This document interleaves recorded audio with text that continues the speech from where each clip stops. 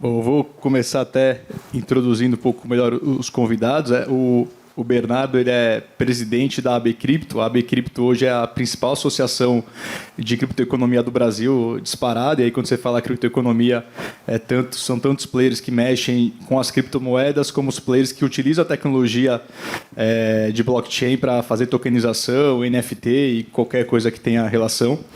E o Eric é sócio da VBSO e é certamente a referência jurídica no Brasil sobre esse tema e é a pessoa mais capaz para interagir com os reguladores no momento que a lei, né, as normas e a regulação vem tentando entender o que o mercado está fazendo e se adequar a esse novo mercado de capitais que a gente está vivendo. Quando a gente fala de tokenização, pode parecer muito complexo, mas eu não sei como funciona direito o computador, mas eu sei usar e sei que é útil, né? Então, acho que a ideia aqui não é explicar tecnicamente como se tokeniza, mas sim mostrar por que é útil e por que é o futuro do mercado de capitais. Então, eu vou falar rapidinho até uma visão inicial e passar a palavra para os dois convidados aqui que são até mais capazes para falar sobre esse tema específico. Mas quando a gente fala em tokenização, basicamente a gente fala em fracionar determinado produto, determinado ativo, determinada coisa e representá-lo digitalmente numa plataforma na internet. E você consegue fazer isso de uma forma que ela não possa ser fraudável, ela possa ser visualizada publicamente por todos, o que dá total transparência. Você pode pensar na tokenização como um grande cartório digital, onde você consegue ver quem é o titular de cada propriedade, só que com a vantagem que você consegue transacionar essas propriedades fracionadas a um custo de transação praticamente zero. Então, pensa num imóvel, né? Se ao invés de você registrasse no RI, no registro de imóveis, quando você compra um imóvel, demorasse um mês para registrar, etc. Quem comprou um imóvel sabe o parto que é. Você poderia fazê-lo na tokenização. Em um clique, você compraria o imóvel e automaticamente a propriedade vai para você. O dinheiro só é liberado quando a propriedade só é transferida quando o dinheiro vai para a conta da outra pessoa, porque acho que muita gente já foi no cartório e fica... Parece filme, né? Eu só assino se você depositar o dinheiro, eu só deposito se você assinar. Não, é um negócio de maluco. E a tokenização, ela permite que você programe o contrato, a pessoa faz a TED e o dinheiro é liberado ao passo sinérgico e instantâneo que a propriedade é transferida, não tem mais esse problema. E isso você pode fazer com todos os ativos e o custo de fazer isso, da transação, são centavos, são literalmente centavos. Então, uma das coisas que mais movimenta a economia é a facilidade que você tem de transacionar ativos, né? Qual que é a função da moeda? Ela é apenas uma representação, né, conceitual, né? Que a gente dá valor àquilo porque a gente acredita naquilo, mas que permite que eu compre o imóvel do Bernardo através do dinheiro, né? Como é que ele me pagaria se não fosse através do dinheiro? E a tokenização permite que isso flua de uma forma muito mais rápida. E quanto mais rápido flui, mais a economia fica dinâmica e mais gera valor, né? Eu queria agora passar um pouquinho, interagir com o Bernardo, que é o cara que está liderando a agenda assim, faz alguns anos já, e se puder falar um pouquinho melhor do que eu até. Estamos aqui já para bolar. Primeiro, um prazer estar aqui, um evento maravilhoso. O vídeo ficou sensacional, viu? Gostei bastante do vídeo. Estava conversando com o Eric ali, o vídeo bem sensacional, o evento todo. Parabéns pela agenda, a agenda está incrível hoje do evento. Quando a gente está falando da Bicripto, né, a Associação Brasileira de Criptoeconomia, nós estamos falando de uma associação que existe desde 2018 e ela nasceu com um objetivo muito simples. Nós observamos, um pouquinho antes, em 2017, que a criptoeconomia, ou melhor, aquela coisa cripto, né, que todo mundo falava, né, que era muito ali com olhar para o Bitcoin, mas que existia toda uma infraestrutura por trás que nós vimos o potencial de transformar o mercado financeiro e de capitais tradicionais por meio do uso dessa tecnologia. Então, a Bicripto nasce em 2018 com o objetivo de ajudar a organizar e a desenvolver a criptoeconomia no Brasil. Esse é o objetivo principal da associação, da qual temos orgulho de ter o grupo receber aqui conosco também como associado. Tem nos ajudado e tem contribuído muito nesses debates. E de 2018 para cá, nós tivemos avanços importantes na criptoeconomia nacional. Primeiro, que nós batalhamos firmemente pelo projeto de lei, que hoje é uma lei existente no Brasil, desde o ano passado, desde o início desse ano. Foi sancionada a lei, o marco legal da criptoeconomia no Brasil. Tivemos um decreto presidencial regulamentando ela em junho desse ano. E nós temos formalmente um setor formalmente marcado aqui no Brasil, criado no Brasil. E porque nós enxergamos a importância desse mercado, quando nós falamos do mercado financeiro e no mercado de capitais, por que a criptoeconomia pode ajudar tanto no Brasil? E aqui eu pego a palavra do Gustavo, que o Gustavo mesmo colocou. A criptoeconomia ela consegue transformar um mercado hoje mais estático, que funciona cinco dias por semana, horário comercial, em um horário mais estendido. Conseguimos ter negociações ininterruptas, conseguimos ter um mercado mais dinâmico, uma transferência mais ágil, né? Mas principalmente o custo de operação ele é reduzido significativamente e a proporção e a utilização da potencialidade do fracionamento possibilita uma democratização maior e, por consequência, uma inclusão. Então, por isso que no mercado de capitais hoje altamente concentrado, como nós temos aqui no Brasil, a criptoeconomia ela tem um potencial tão forte e pode ajudar tanto o nosso mercado. Eu acho que, de uma fala inicial, Gustavo, eu acho que esse é o ponto principal, como o que nós enxergamos, ou como a Bcrypto enxerga, que é o futuro da criptoeconomia no Brasil.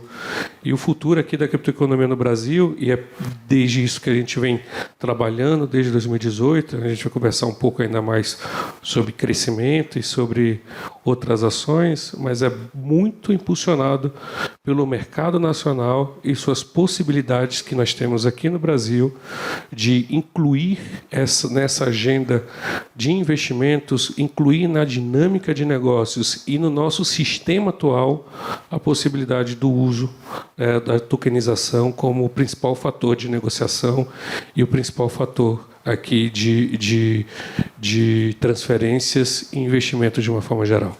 Essa possibilidade, de fato, vai trazer um mercado muito mais dinâmico do que nós já temos hoje. Eu acho que até para fazer a ponte para o Eric, né? Quando a gente faz algum investimento, na prática você está comprando no final da linha a dívida de uma empresa ou você está virando sócio de uma empresa. Você pode fazer de forma direta, comprando uma debênture, uma ação, ou através de um fundo, ou através de outros veículos, mas no final da linha, se você está investindo, você está financiando algum empreendimento e você está financiando esse empreendimento através de dívida ou virando sócio daquele empreendimento. E há um século já, mais ou menos, já os mecanismos de se fazer essa transação, né, você juntar as duas pontas, quem financia e quem é financiado, estavam já consolidados nos instrumentos tradicionais de mercado financeiro. Com o advento da tokenização, muitos players, inclusive nós, vimos que outras formas eram possíveis e outras formas que, por óbvio, não eram previstas na lei porque elas não existiam, né? Então, a lei ela sempre vem depois da inovação. E a gente começou a tokenizar. Então, hoje, você no PeerBR, você financia uma empresa comprando uma representação digital de uma nota fiscal, comprando uma representação digital de um contrato de um empreendedor do agronegócio, comprando uma representação digital de uma antecipação para aquisição de imóvel para financiar um empreendimento imobiliário, etc. E isso tudo em rede blockchain para que as pessoas possam ver as coisas de forma transparente. O que é poder ver transparente? Como é que você sabe que o título que eu vendi para o Bernardo não vendi para o Eric? Porque está no blockchain que eu vendi para o Bernardo. Se eu vender para o outro, vai aparecer em blockchain. Então, é por isso que é importante a transparência e por isso que é importante o fato de negócio ser imutável. Porque como a gente está botando aqui no blockchain, se fosse um banco de dados privado, a gente poderia mudar aquilo, eu vendi para o Eric, apagar que eu vendi para o Bernardo, falando não te vendi não, né? Como a galera faz com grilagem de terra, por exemplo, né? É bem comum. Quando está em blockchain, você não consegue fazer isso. Por isso que é tão relevante no caso da transparência e da segurança. Porém, como não haviam leis para regulamentar isso, cada um foi fazendo do seu jeito. E uma hora os governos, as comissões de valores imobiliários falaram, calma, o negócio está ficando muito grande, e quando fica muito grande, isso pode implicar no risco sistêmico para a economia, que é uma quebradeira geral desses players que são pouco regulados, estão fazendo quase faroeste, e a gente não pode permitir que isso aconteça, porque aí seria um dano social elevado. De outro modo, você não pode proibir que as pessoas inovem, que as empresas gerem emprego. E aí, por isso, é importante o trabalho da associação e dos advogados com referência nessa interação com os reguladores para explicar o que está sendo feito e tentar uma lei que agrade, né, ao mercado no sentido que a gente possa continuar operando e dê a segurança necessária para o ecossistema e para a sociedade como um todo. E aí eu queria que o Eric explicasse como é que isso está funcionando, as interações que ele está fazendo aqui, como ele vê o Brasil em relação aos países lá de fora, Estados Unidos, China, etc. Bom, antes de mais nada, Gustavo, obrigado pelo convite de fazer parte desse evento. Um prazer muito grande. Bom dia a todos. Parabéns pela organização do evento, fantástica programação. E falando um pouco desse tema, e pegando o gancho do que o Gustavo colocou aqui, quando a gente está falando da captação de recursos, de investidores, para que eles possam investir em negócios, em empresas, seja por meio de dívida, seja por meio da compra de uma participação societária ou do produto de uma atividade econômica, né, com o intuito de participar de um lucro de uma atividade, quando a gente faz isso numa escala pública, a gente sai oferecendo isso para investidores indeterminados, a gente está no âmbito do mercado de capitais, né? Porque muito provavelmente o instrumento que você está oferecendo para esse investidor, para esse potencial investidor, ele tem a natureza de um valor imobiliário. E por ter essa natureza de valor imobiliário, isso atrai a competência regulatória da Comissão de Valores Imobiliários, que é uma autarquia que é criada por lei, que tem aí a incumbência, né, de fiscalizar o bom funcionamento desse mercado. E o que acontece? Né? As bases regulatórias que a gente tem no mercado de capitais remontam já a algumas décadas. Né? A lei que cria a CVM é uma lei da década de 70, de 76. Ela estabelece as bases, os princípios regulatórios que orientam a atividade da CVM para supervisionar esse mercado. E quando a gente fala de atividade de supervisão, sobretudo de regulação, o regulador ele sempre tem um desafio de acompanhar a evolução do mercado. O mercado está sempre à frente das próprias regras. Então, é comum, quando a gente fala de inovação, de desenvolvimento de novas tecnologias, de novos produtos, de você, às vezes, não ter uma base legal que suporte aquela inovação e depois o regulador ele vai entender, vai compreender e vai dar um tratamento adequado para aquilo. Né? Seja para acomodar aquele novo produto dentro do arcabouço que existe hoje, seja para criar novas regras, né? Seja até para punir aquilo que ele entende que não deveria ser feito. Né? E a gente está falando, quando a gente fala de tokenização, a gente está falando aqui de uma frente, de fato, de inovação tecnológica. A gente está falando do uso, da aplicação de uma tecnologia que ela é bastante recente. E, evidentemente, a legislação de mercado de capitais ela não foi pensada, por exemplo, no blockchain, né, que é a tecnologia que dá suporte para a criação dos tokens. Então, a nossa regulação atual ela tem algumas exigências que foram pensadas para dar proteção para o investidor que não se adaptam perfeitamente ao que a tecnologia propicia para os investidores. A tecnologia, na verdade, resolve alguns problemas que a regulação buscou tratar. Eu vou dar um exemplo muito simples aqui, que é uma regra, por exemplo, que exige que todo o valor imobiliário que é ofertado ele tem que ser objeto de um depósito centralizado. O que significa isso? Você tem que pegar aquele ativo, pensando ainda naquele ativo físico ainda, né? Eu entrego para um depositário central, que, por exemplo, a B3, né? A B3 ela coloca aquele ativo debaixo do braço e fala o seguinte, olha, mercado, fiquem tranquilos que esse ativo existe, está aqui comigo, eu vou criar uma representação digital que vocês vão negociar, né? Então, os ativos que a gente adquire no mercado financeiro, os ativos tradicionais, já são digitais. Né? Só que são digitais em sistemas centralizados. Né? Eles estão ali no computador ali da B3, né? No computador do escriturador. Isso não está no banco de dados descentralizados que tem todos os atributos de segurança que o Gustavo bem colocou aqui. Então, esse depositário central falou, o ativo está aqui comigo, podem negociar esse ativo digital que eu garanto que o ativo existe e eu vou entregar esse ativo para quem for o real dono, se você tiver que exercer algum direito. A tecnologia hoje, ela substitui essa função, não preciso mais. Né? Só que isso coloca um empecilho de ordem prática. Né? Então, assim, eu vou fazer uma oferta pública de um valor imobiliário tokenizado, eu não consigo ter um depósito centralizado desse ativo, porque ele é descentralizado, ele nasce numa rede descentralizada. Então, eu não consigo nem atender esse requisito. Né? E aí eu não consigo fazer uma oferta tradicional dentro do arcabouço, né, que existe hoje. E aí isso, de fato, acaba dificultando, né, que você consiga fazer esse tipo de operação. O que vem acontecendo? O regulador já vem de algum tempo tentando compreender melhor essa tecnologia, né? Entender os benefícios da tecnologia, entender os riscos associados à tecnologia. O regulador ele é conservador por definição, né? Então ele precisa estar muito seguro dos passos que ele vai dar. E ele vem tentando criar caminhos para, de fato, abraçar o uso dessa tecnologia. Ele já entendeu o quanto essa tecnologia ela é importante, ela é o futuro do mercado, né? Não vou nem dizer que o futuro, ele já é o presente. Isso já está acontecendo, né? Mas certamente o futuro vai, no futuro, né, a gente vai adotar essa tecnologia muito provavelmente de uma forma muito massificada. Então a CVM já entendeu esse assunto. Então, o que ela vem fazendo? Ela começou já alguns anos atrás, por exemplo, com iniciativas como o Sandbox, né? O que é o Sandbox, né? Fazendo a tradução literal, que é uma caixinha de areia, né? Onde ela cria um espaço seguro, onde você fala, olha, agentes, venham brincar dentro desse quintalzinho aqui, eu deixo você fazer operações com flexibilizações de regras, mas num ambiente controlado, para justamente eu poder entender, né, o impacto dessa tecnologia, os benefícios, os riscos, para depois eu entender como é que eu vou regular isso no futuro. Então, ela já deu esse primeiro passo há alguns anos atrás. Então, a gente já tem um primeiro sandbox em andamento, né? Os projetos que estão no sandbox são projetos voltados à tokenização, uso da infraestrutura de blockchain. O segundo passo da CVM foi no sentido de orientar o mercado, né? Então, assim, olha, mercado, essas operações funcionam dessa forma, tem tais impactos, tem tais reflexos, né? E orientar as próprias empresas de como as empresas podem atuar dentro desse segmento usando a tokenização. E ao longo desse ano, mais recentemente, a CVM vem emitindo ofícios nessa mesma linha de orientação e criando soluções para que as empresas que atuam nesse segmento possam fazer as suas ofertas dentro de um ambiente regulatório seguro, dentro do arcabouço que ainda existe hoje. E um desses caminhos é a utilização das plataformas de investimento participativo, né, o que a gente costuma chamar de plataformas de crowdfunding, né?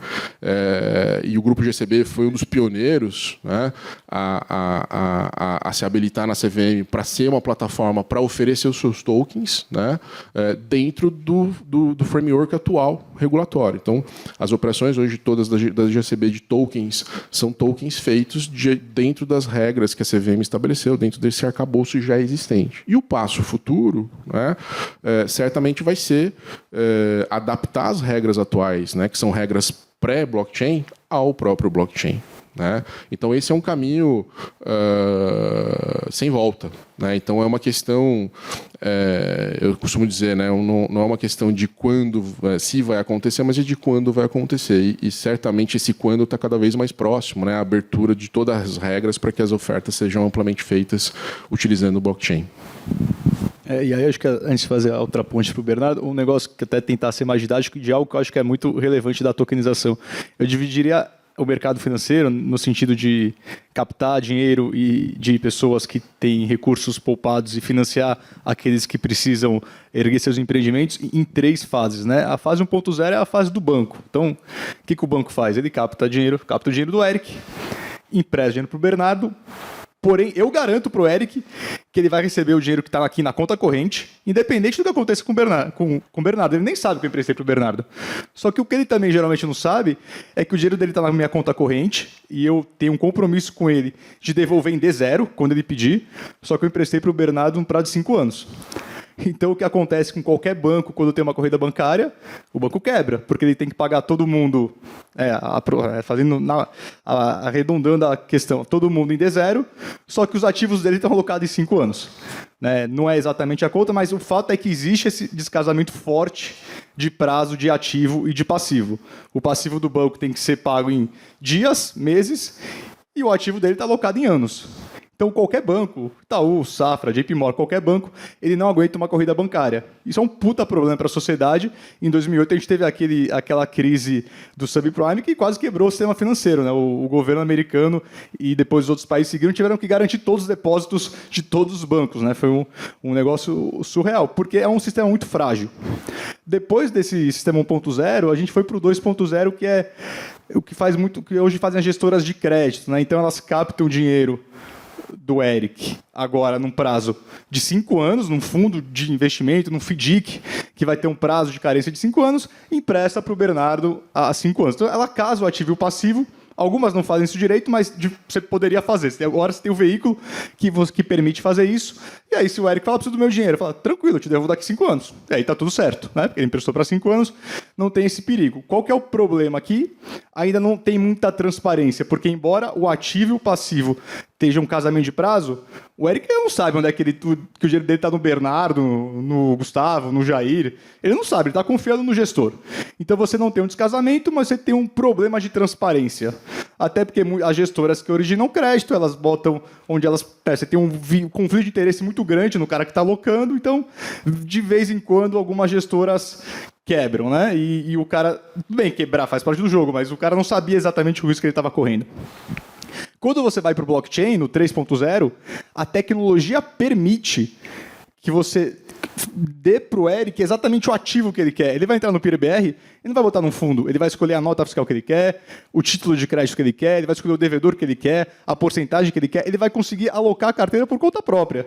E aí, se der pau, ele vai reclamar e falar, Eric, você que escolheu, meu, o que você está reclamando? Né? Você foi o gestor do seu próprio dinheiro. E por que hoje dá para fazer isso? Porque o custo marginal de transação é zero. Não é que as pessoas não queriam fazer antes, é que não dava. Né? Como é que você vai oferecer um ativo de R$2.000 para o Eric antigamente?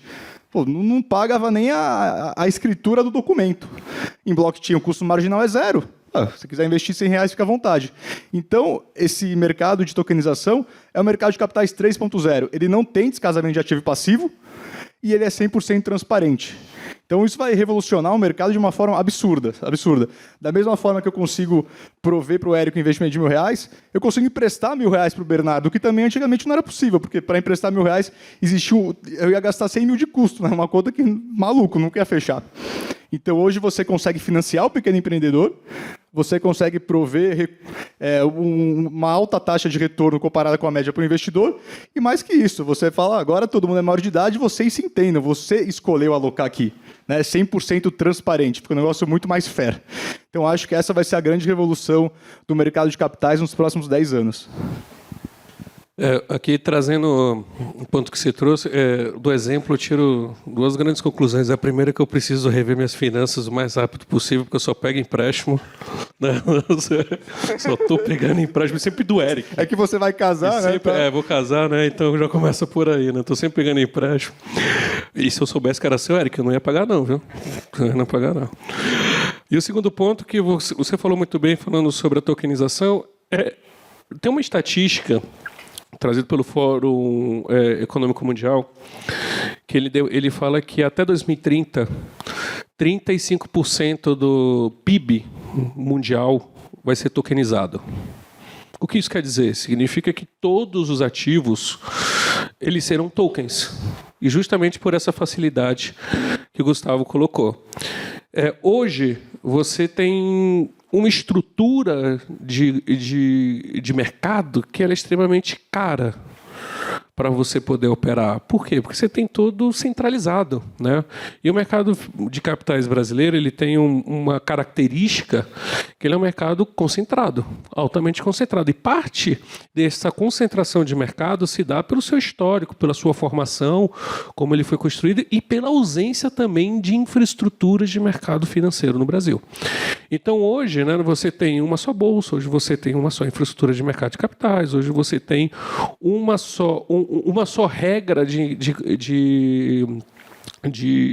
distribuição e de alocação de ativos, de custódia desses ativos, então tudo isso deixa o mercado mais caro, né? A tokenização, ela traz justamente a possibilidade de você não estar dentro desse mecanismo todo. Ele te dá uma outra opção.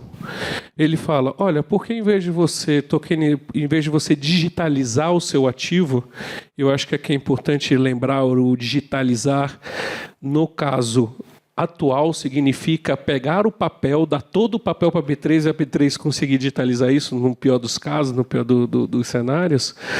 Ou seja, é continuar a fazer aquilo que nós sempre fizemos há 50, 60 anos, mas ele te dá a possibilidade de você falar, olha, por que você não estrutura esse ativo com uma tecnologia própria?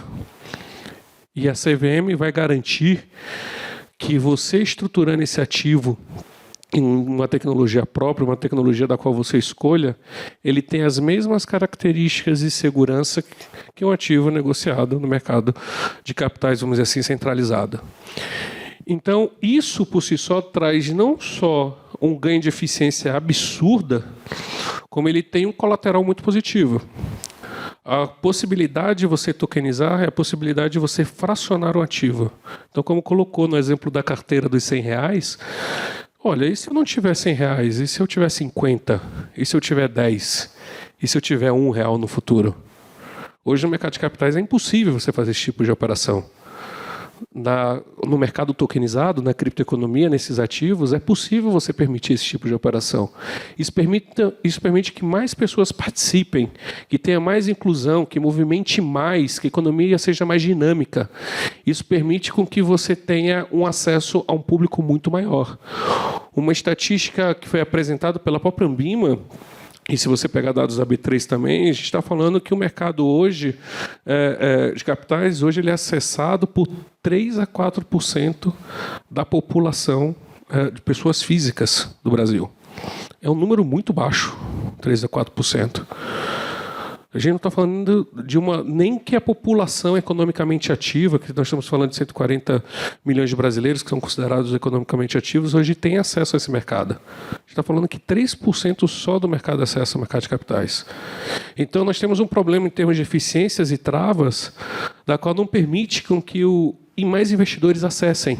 E o mercado precisa de maiores investimentos. Então, possibilitar esse fracionamento, possibilitar que a pessoa tenha um acesso mais barato, significa, na outra ponta também, para quem está originando, para quem está dando esse crédito, prover um crédito mais barato. Prover também a redução de quantidade de intermediários. Eu não preciso mais de um custodiante, eu não preciso mais de um negociador, de uma pós-operação, de uma pré-operação. Não preciso mais de uma dessas etapas. Eu posso fazer diretamente utilizando apenas o intermediador. E isso garante o quê? Que o spread vá para quem precisa. Hoje, nós temos um estudo que demonstra que uma operação no mercado de capitais chega a ter 11 intermediários. É muito intermediário. Todo mundo está comendo um pedacinho do que deveria ser para o investidor final, para aquele que está comprando. Está todo mundo pegando um pedacinho desse aí. E aí, no final, um ativo que tinha, vamos colocar 20%, chega a 6% na outra ponta. Então, a tokenização, ela não deixa só fracionada, ela não permite só isso, mas ela permite também maior transparência e, como o Gustavo colocou, que você dê um crédito mais barato, que você consiga ceder isso mais barato e que você consiga garantir que a rentabilidade da outra ponta, ela de fato está ganhando a fim de manter esse mecanismo sempre gerando. Eu acho que essa é uma das grandes belezas, Gustavo, de quando a gente está falando dessa nova tecnologia, desse novo mercado, que é o grande fator de movimento que vai fazer, de fato, impulsionar a tokenização no Brasil.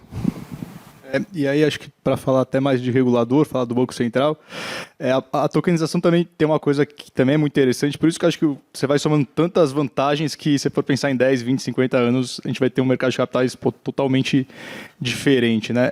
A tokenização permite que as coisas sejam programáveis. Então, o Banco Central está criando o Drex agora, né? Então, você pode programar no futuro o Drex. Então, pega o Bernardo que está saindo aqui todo endividado. Estou endividado.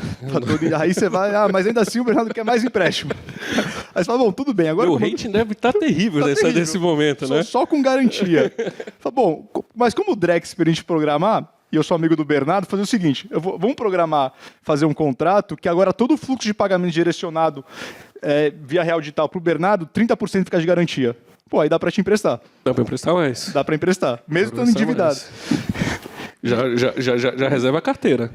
E eu acho que isso vai revolucionar também o mercado de crédito, porque você vai conseguir basicamente averbar o real. Você vai averbar a moeda, né? Você vai criar certas condições que todos os pagamentos que iam ser depositados para o devedor, já vai splitar o pagamento e já vai uma parte direto para o credor. Então, você vai ter um nível de garantia e sofisticação muito maior, né? E mais garantia, juros mais baixos e mais concessão de crédito. E aí, acho que o Eric, o Banco Central, está bem na vanguarda disso, né?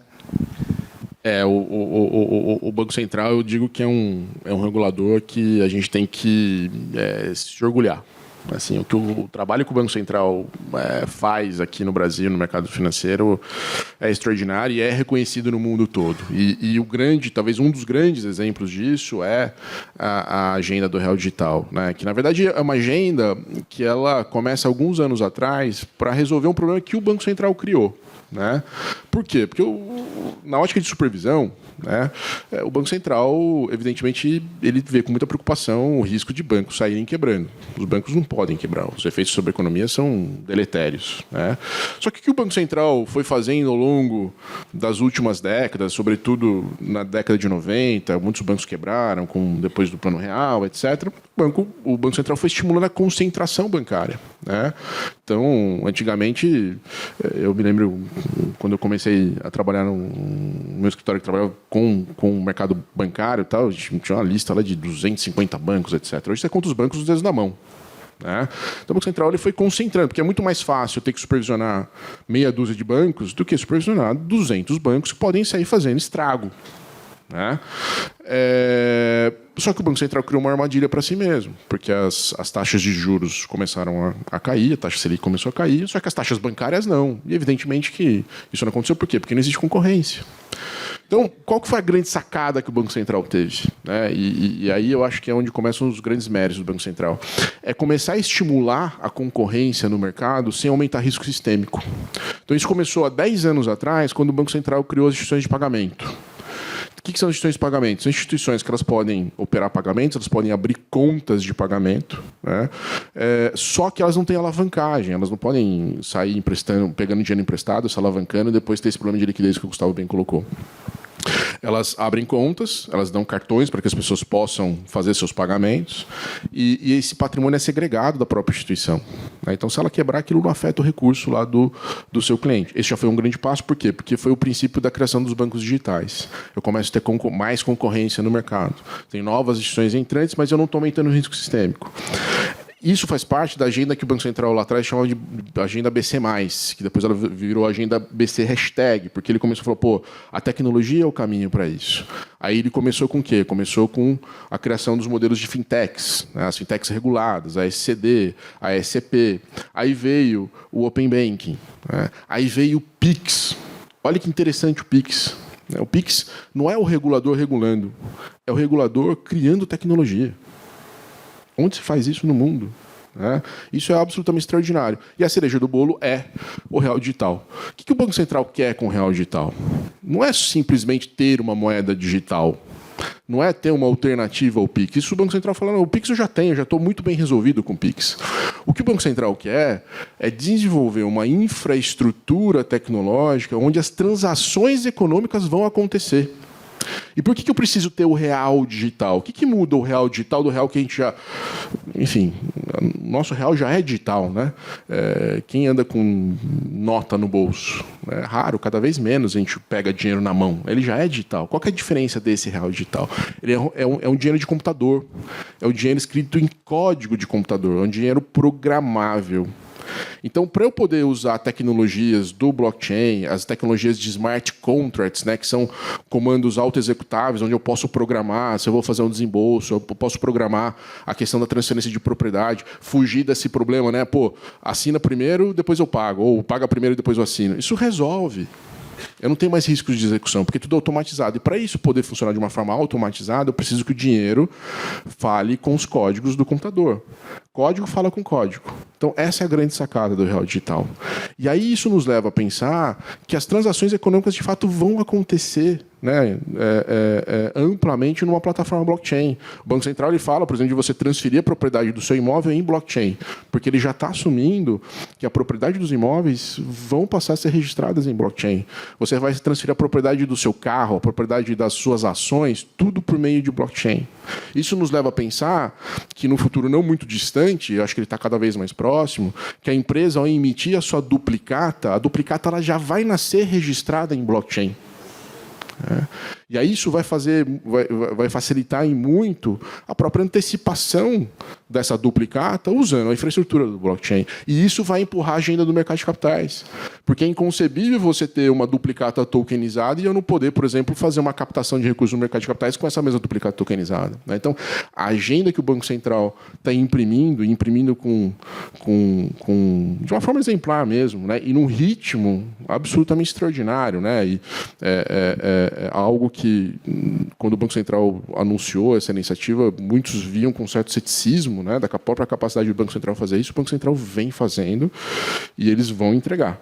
Né? E o impacto que isso vai ter na economia e nas nossas vidas vai ser absolutamente extraordinário. A gente vai começar a usar blockchain sem saber que está usando blockchain, como a gente usa a internet hoje. Acho que vale até lembrar como essas coisas são de fato importantes, né? Quando você tem um regulador que é pró-mercado e quando você tem um pessoal mais retrógrado. O Nubank só existe por causa da gestão de pagamento, né? O Nubank só existe por isso. Porque ele virou uma gestão de pagamento, que era fácil, né? Não exigia grande capital regulatório, não exigia grande burocracia, era como é fácil até hoje, né? E tem tantos outros bancos digitais que depois surgiram copiando o Nubank, mas por causa do advento da gestão de pagamento. Então, se a gente pensar o que a IP permitiu nos últimos anos, né? Acho que quanto tempo? 10 anos que tem IP?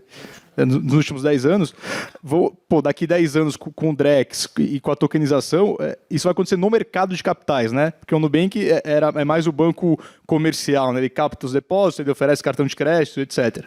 Agora isso vai acontecer no mercado de financiamento, no mercado de crédito privado, no mercado de financiar as pequenas companhias via participação societária. Então o mercado de capitais vai se revolucionar, assim, muito, muito mesmo. São coisas de trilhões de dólares, né?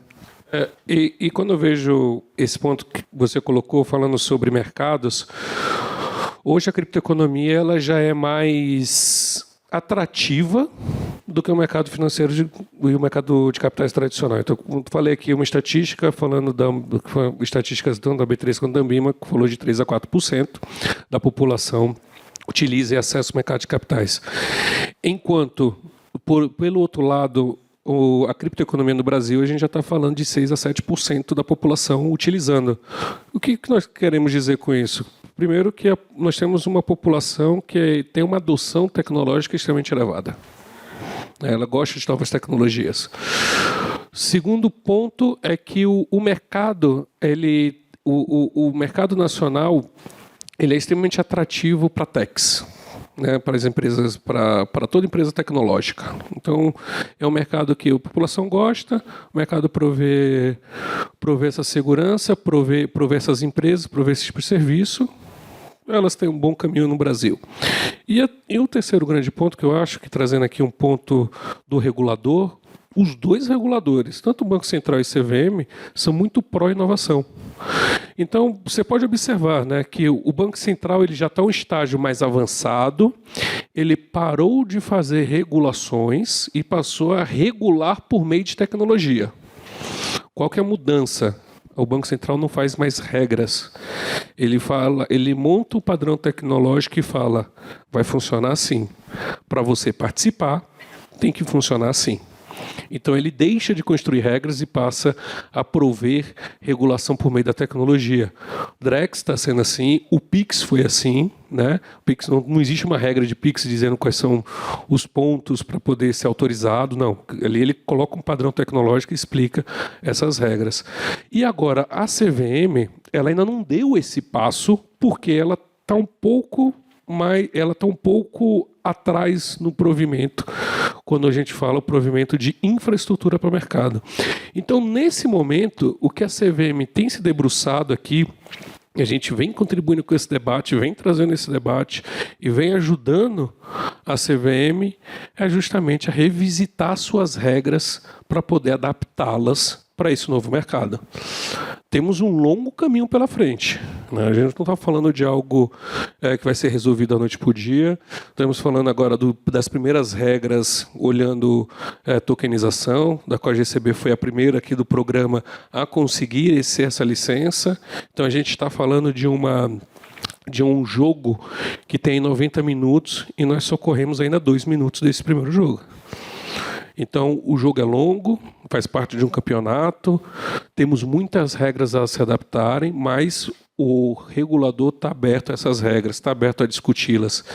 E assim como o Banco Central também está aberto não só a discutir, mas entender como ele pode encaixar isso na sua agenda.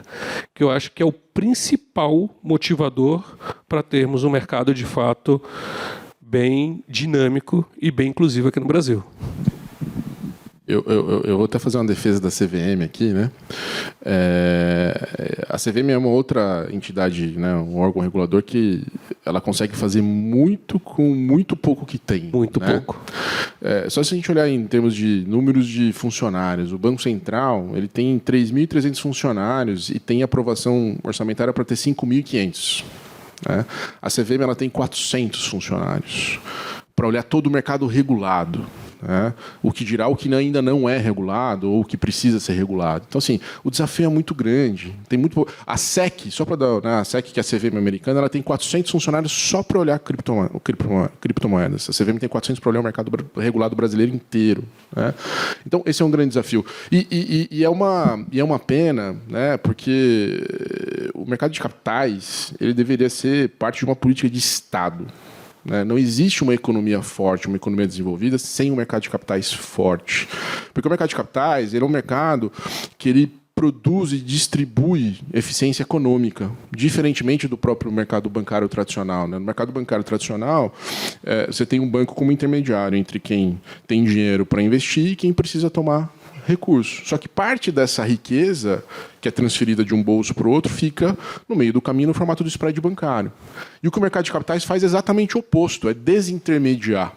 É unir direto quem tem dinheiro para investir e quem precisa tomar recurso. Então, ao invés de você pegar o seu dinheiro e aplicar num CDB de um banco que vai, na melhor hipótese, lá te pagar uns 100% do CDI, enquanto no outra ponta a empresa que vai tomar recurso ela vai tomar um dinheiro emprestado a uma taxa que pode ser de 20%, 30%, 40%, 50%, dependendo do risco de crédito dela, você pode comprar um ativo no mercado de capitais, você como investidor, que vai te pagar bem mais do que esse 100% do CDI, e ao mesmo tempo, quem está tomando, que está pegando dinheiro emprestado direto do investidor, está tomando uma taxa muito mais barata do que tomaria no mercado bancário. Por quê? Porque você está produzindo eficiência. Né? Então, a gente deveria, de fato, estimular, né, o desenvolvimento do mercado, o crescimento desse mercado, né, e a democratização do mercado. A gente precisa ter cada vez mais empresas podendo acessar o mercado de capitais, e a gente precisa ter cada vez mais investidores tendo mais opções de investimento. E o caminho para isso não é outro senão o uso da tecnologia. É ela que, de fato, que vai propiciar que a gente consiga fazer com que o custo de acesso ao mercado de capitais seja menor. Embora as taxas sejam menores, né, ou mais atrativas para o investidor e mais baratas para o tomador, o custo de acesso ainda é alto, por conta dos intermediários que o Bernardo muito bem colocou. Né? E a alternativa a isso é a tecnologia, esse é o caminho. A última participação que eu vou fazer aqui, eu não sei se a gente vai abrir para pergunta, confesso, vamos abrir, né? Então, aproveitar os últimos 15 minutos. Eu acho que o momento que a gente está vendo nessa parte de criptoeconomia é muito parecido com o estouro da bolha.com, né? Então, a gente teve lá no final da década de 90, começo dos anos 2000, uma euforia gigante com as empresas tecnológicas, e aí toda empresa captava muito dinheiro, valia muito, nossa, era um negócio de doido, assim. Em 2001 veio a crise do .com, todas as empresas caíram 90% das empresas quebraram, só que algumas sobreviveram. A Amazon, por exemplo, sobreviveu, e essas que sobreviveram eram as que realmente eram negócios sustentáveis, que paravam em pé e se tornaram grandes companhias. E a gente viu lá até 2020 um auê muito grande, né, na criptoeconomia. NFT de macaco vendendo a $20 milhões, tokenizava um vídeo que já existia na internet, para o cara falar que era dono do vídeo que todo mundo tinha, coisas absolutamente sem sentido, né? Você olhar e falar, alguém está errado nessa história, não sei se sou eu, né? E aí veio a crise, essas coisas viraram pó, porque não valiam nada, evidentemente, era tudo auê. Só que o que de fato tem valor, e acho que a tokenização é uma das principais coisas que tem valor, eles não quebraram, isso continua crescendo. E quando a gente tiver um próximo momento de euforia, essas empresas que tokenizam e que levam eficiência para o mercado de capitais, são elas que vão florescer e dominar esse novo mercado de capitais, como aconteceu com as empresas tecnológicas que sobreviveram porque tinham um negócio de valor, a crise da bolha.com, né? Então, assim, acabou a euforia, acabou as maluquices, e agora o próximo ciclo vai ser o ciclo das empresas que geram valor. Isso que você falou trouxe o macaquinho velho Melhas, ótimo. E teve bastante gente comprando, né? Bom, mas eu acho que ali a tecnologia, né, que trouxe o que está por trás disso, né, que foi o registro, a possibilidade de você transferir a propriedade de forma automática, de receber essa propriedade, isso ficou. Né? O objeto em si não ficou, o objeto em si realmente material de especulação apenas, isso não ficou, mas a posse, o registro do ativo, a forma de você registrar o ativo, a forma de você transacionar o ativo, ficou. Eu acho que o maior benefício, e na época, né, eu falava isso, falava assim, Bernardo, qual que você enxerga que é o melhor benefício do mercado de NFTs? Eu falei, a possibilidade de você demonstrar que um ativo ele pode ser registrado e transacionado dessa forma tão inteligente. Né? No final das contas, é você ter um ativo, um token de um ativo em mãos, né? E você só pagar ao momento que você recebe o ativo. Então, esse DVP automático. Boa parte da infraestrutura do mercado financeiro e do mercado de capitais ele foi criado em cima desse simples conceito. Por que nós temos 11 intermediários, até 11 intermediários do mercado de capitais hoje? É para garantir que o pagamento e a entrega serão realizados. Só para isso. Uma parte vai auditar para garantir que o ativo realmente existe, a outra parte vai auditar para garantir que o dinheiro existe, e aí nós vamos transacionar dentro de uma plataforma para um outro terceiro que vai garantir que, ao receber o ativo do outro, ele vai fazer essa troca. Então, todo o mercado ele serve em torno do delivery versus payment, no final das contas. A tecnologia que foi o NFT por trás, ele garante isso. Eu acho que isso ficou. E veja, não foi só o ser beneficiado foi o mercado financeiro. Hoje também nós vemos como um grande beneficiado o próprio setor de artes.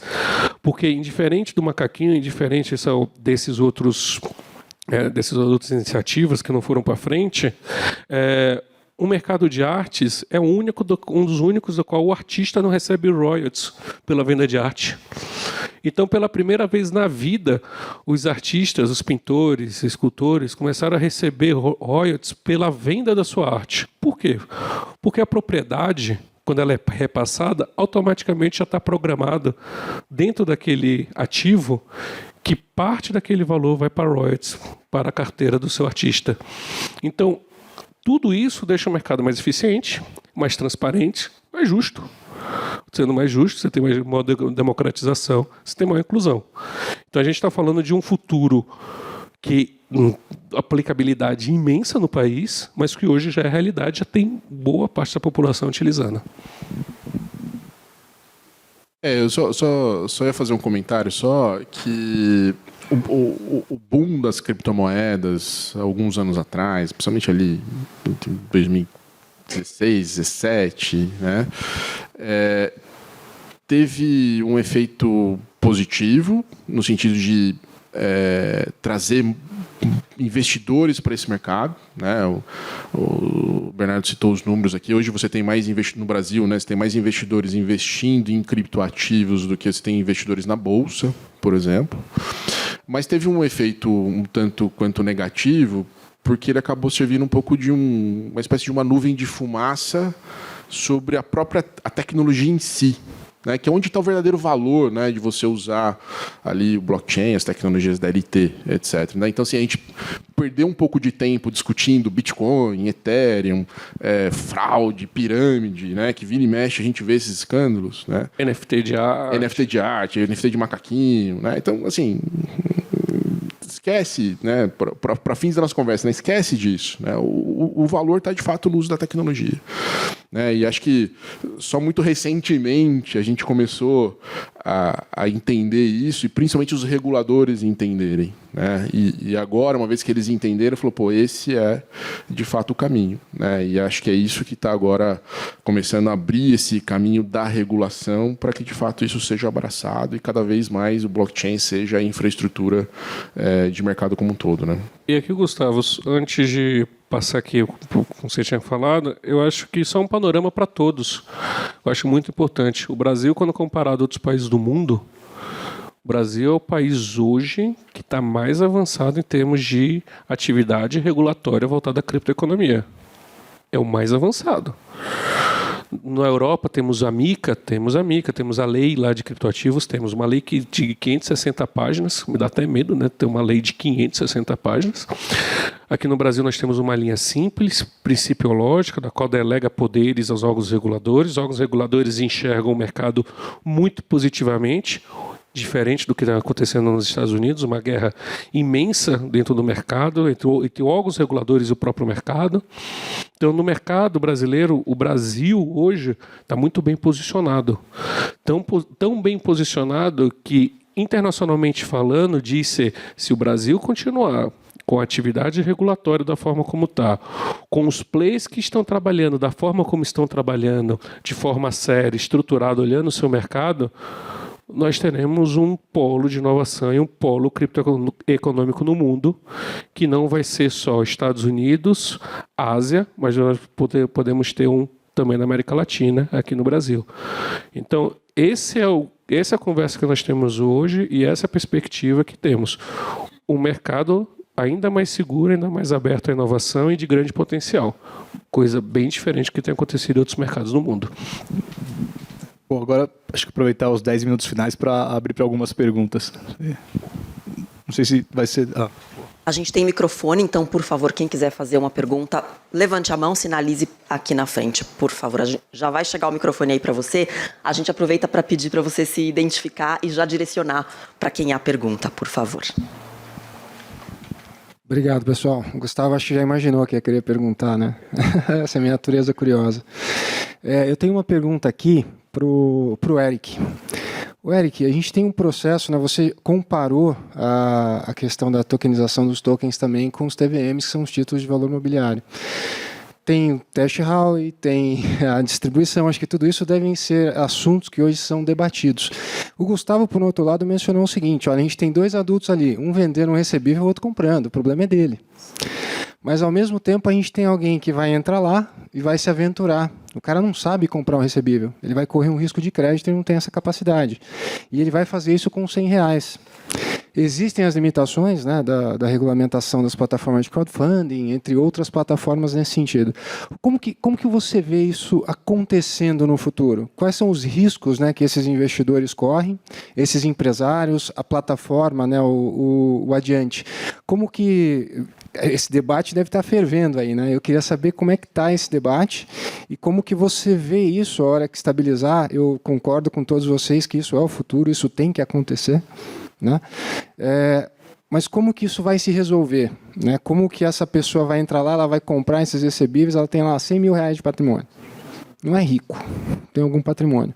Aí ela fala, poxa, que legal, ao invés de eu fazer uma cesta de investimentos, eu vou entrar aqui nessa plataforma e vou colocar meus R$100 mil nos recebíveis ali. E ela não sabe comprar recebível, não sabe analisar crédito.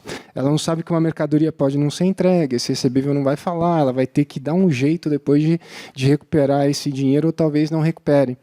Isso pode prejudicar a plataforma, inclusive, né? Você fala, pô, eu comprei do Gustavo, pô, eu não comprei da empresa. Né? E a gente sabe que isso se dá dessa forma. Como que o mercado está se preparando para isso? Então aproveito para estender para o Gustavo também, como que ele está se preparando para atender essas questões. Só bem rápido. Essa mesma pessoa pode entrar na bolsa e comprar uma opção que vai virar pó, né? O Gustavo tem razão e essa pergunta ela, de fato, ela é muito boa porque ela traduz muito a preocupação que o regulador tem. Né? O regulador, evidentemente, ele está menos preocupado com o investidor profissional, com o investidor qualificado, que é aquele investidor que ou ele tem conhecimento técnico suficiente para analisar o investimento e ele tomar a decisão de investimento por conta própria, ou o cara que tem patrimônio suficiente para arcar com os riscos da decisão dele. O regulador está preocupado com o hipossuficiente, né? Aquela pessoa que ela não tem a capacidade, é o homem médio que não tem uma capacidade ou uma sofisticação financeira para entender certos produtos, certos investimentos, etc. É com esse cara que a CVM está preocupada. E mais do que a preocupação com esse cara, a CVM está preocupada com o próprio mercado. Em que sentido? o mercado de capitais, para ele funcionar, as pessoas precisam confiar naquele mercado. Então, você tem uma tutela da confiança no mercado. Eu não posso dar margem, eu não posso dar espaço para comportamentos oportunistas, para pessoas que se aproveitem dessa hipossuficiência, que entre aspas, para fazer fraude, né, desvio de recurso, práticas não equitativas. Porque se eu dou margem para isso acontecer, as pessoas começam a desacreditar daquele mercado. E aí você corrói valor, você afasta investidor, você afasta empresas e você destrói o próprio mercado. Então, mais do que tutelar o investidor individual, eu preciso tutelar o mercado, eu preciso garantir que aquele mercado funcione de uma forma eficaz, né, uma forma segura, em que os investidores tenham de fato confiança de que aquela promessa que a empresa fez para ele de, olha, eu devo para você e vou pagar, seja cumprida, e se não for cumprida, que seja pelos riscos que foram previamente apresentados para ele. Então, a preocupação do regulador, né, no mercado de capitais é muito em função da tutela da informação. Então, é você dar o máximo de informação possível para que aquele investidor ele consiga tomar uma decisão de investimento consciente. Em certos produtos que, dado a sua complexidade, a CVM, às vezes, ela fala o seguinte, olha, isso aqui não é para o investidor de varejo. Isso aqui eu quero restringir para o investidor que tem um grau de sofisticação maior. E ela faz isso com alguns produtos, com alguns fundos. Pega a indústria de FDIC, né, para ficar um pouco mais perto do mundo dos recebíveis. A CVM, quando criou o FDIC, que é o Fundo de Investimento em Direitos Creditórios, ela limitou o investimento nesse fundo só a investidores qualificados. Porque falou, putz, isso aqui é um negócio meio complexo, é meio novo. O FDIC, quando ele foi criado há 20 anos atrás, ele era uma jabuticaba, uma coisa que foi criada no Brasil.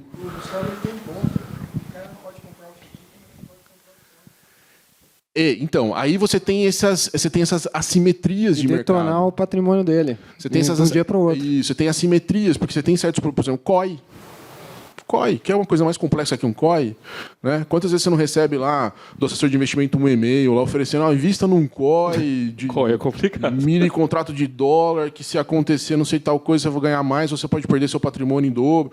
E o investidor de varejo compra esse negócio, pode comprar. Então, você tem esses problemas, né, essas assimetrias regulatórias que criam arbitragem regulatória, que isso deveria ser inibido, né?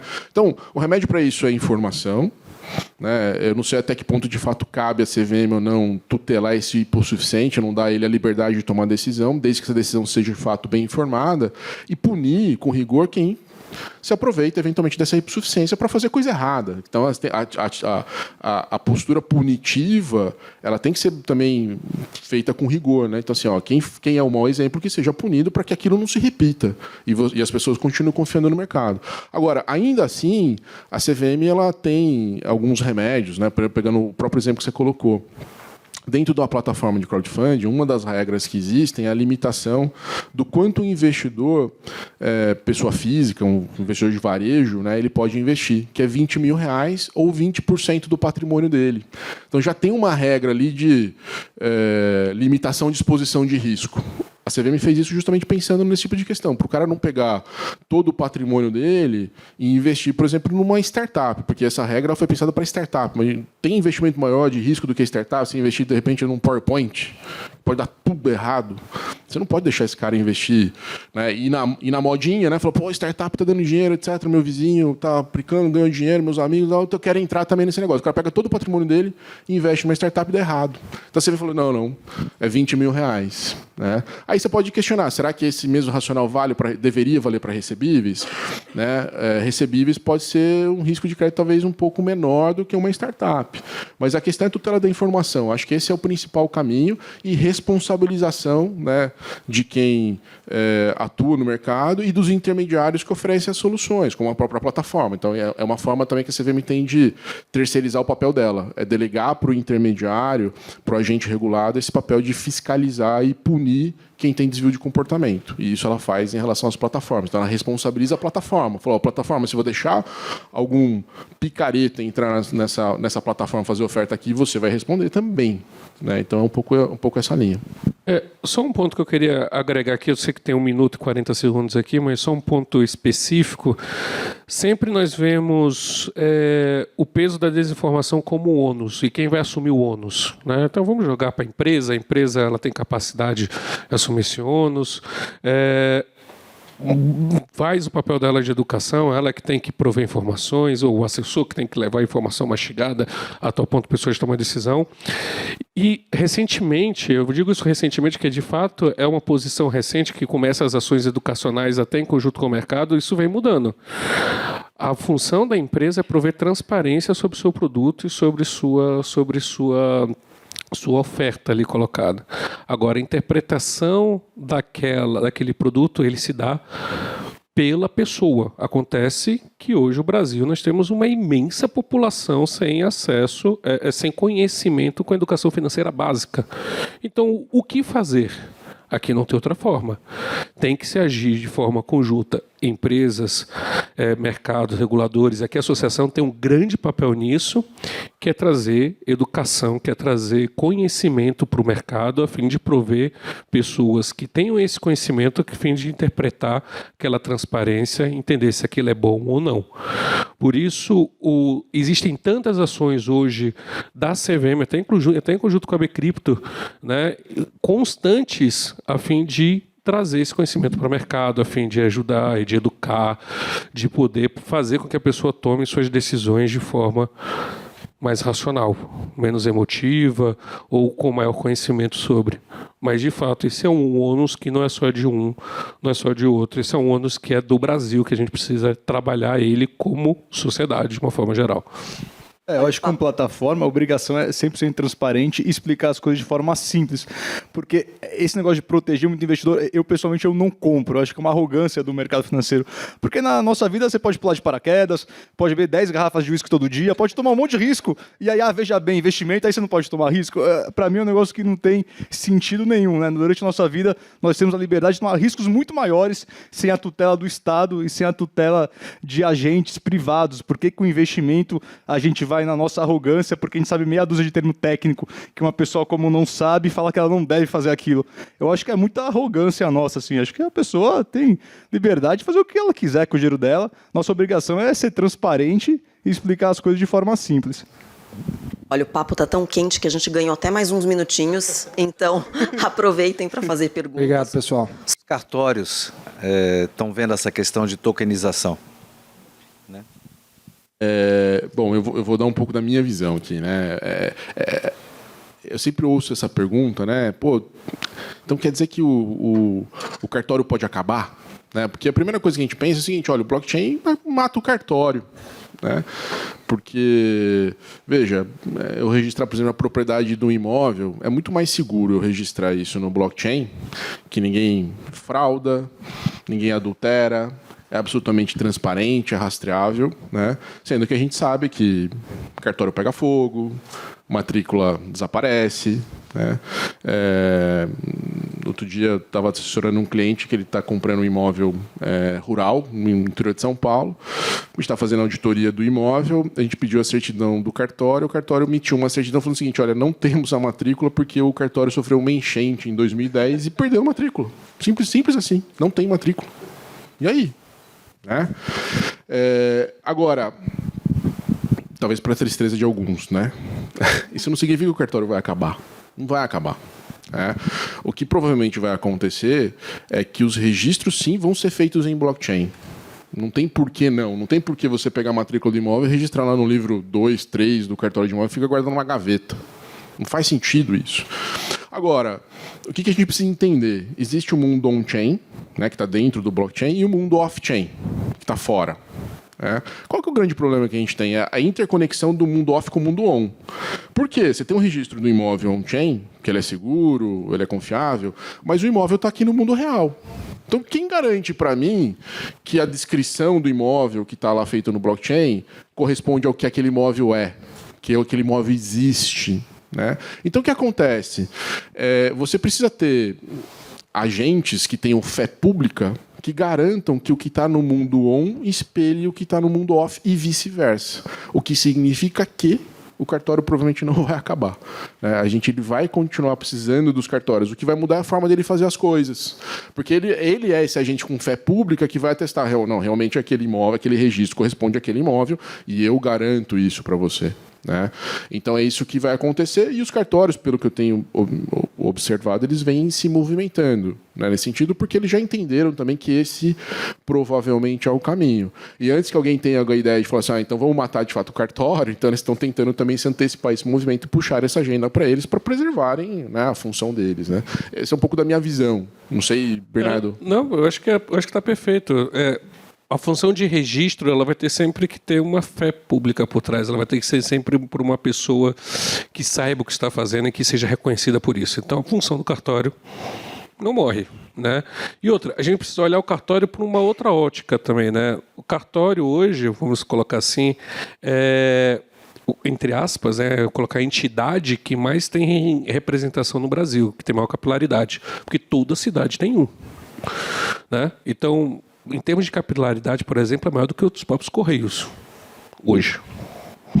Então, a grande pergunta que a gente enxerga é: nós temos o poder de utilizar todo o potencial do cartório, essa capilaridade que os cartórios possuem, e o uso da tecnologia até um sistema muito mais eficiente.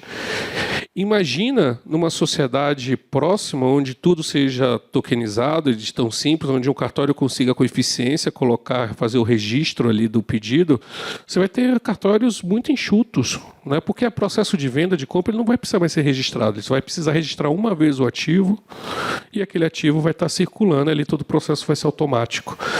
Então, o cartório não vai morrer, o cartório vai continuar, ele vai passar por uma mudança de papel, isso sim, eles já observam isso, já existem trabalhos, principalmente na parte imobiliária.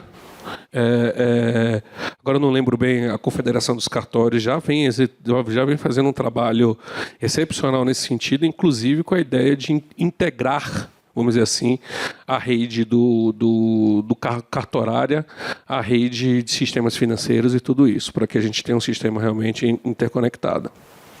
Muito bem, agora o nosso tempo realmente se encerrou. Quero agradecer Bernardo, Gustavo, mais uma vez, Eric, muito obrigada por compartilharem conosco tanto conteúdo. Uma salva de palmas para eles.